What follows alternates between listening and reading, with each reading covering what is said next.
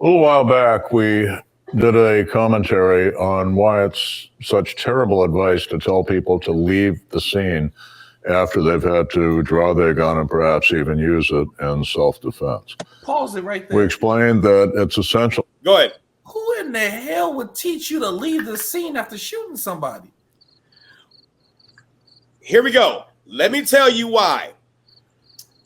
I was going to wait for him to finish.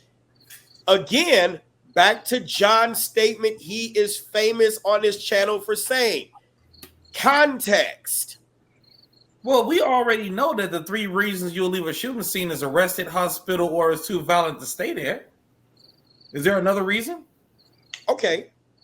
Arrested, hospital, or too violent to stay there. Or the area is too violent to stay there. Yeah, okay. Is there another reason? No, you're right. That's where I'm going to go with it. Yes, you're correct. I was going to let's see where he's going with this, and then we could comment. Because, let's see where he's going with this. Told to establish you were the victim and the guy laying on the ground in the puddle of blood was actually the perpetrator. We mentioned that we'd touch later on a 5-point checklist of things that needed to be established at the scene. So let's look at that now. First, you want to be the one who calls in. I would urge you anytime you're carrying a gun to have your cell phone with you. It's emergency communication for you, like a police officer's portable radio. When you call in, explain there has been a shooting, someone has been injured, if that is the case. Describe yourself as the intended victim. So when they get there at first sight, they know who's the good guy who called in. All right. I got to stop it right there. Here we go. You want to describe there's a shooting. You want to say that there's someone injured, and you want to describe yourself so that way they know who's the good guy.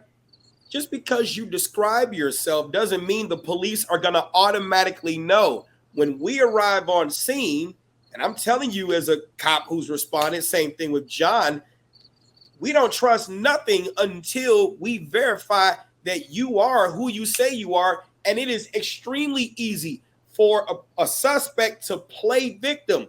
It is very easy for a suspect to call 911 and act like the victim. So that's horrible. We got Wednesday was chilling. A man breaks into a young woman's Westchester apartment and then shoots her in front of her friend and her friend's 4-year-old daughter.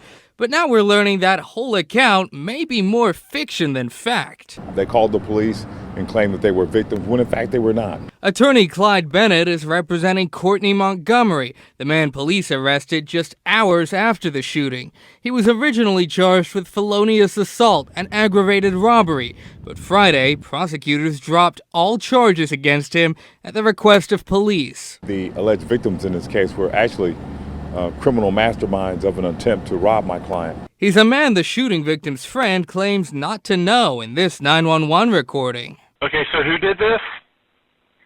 Some guy. Okay, you don't know who it is? We don't really know.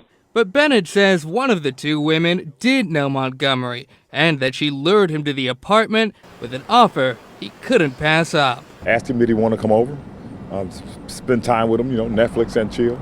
However, Bennett says things were anything but chill when Montgomery showed up.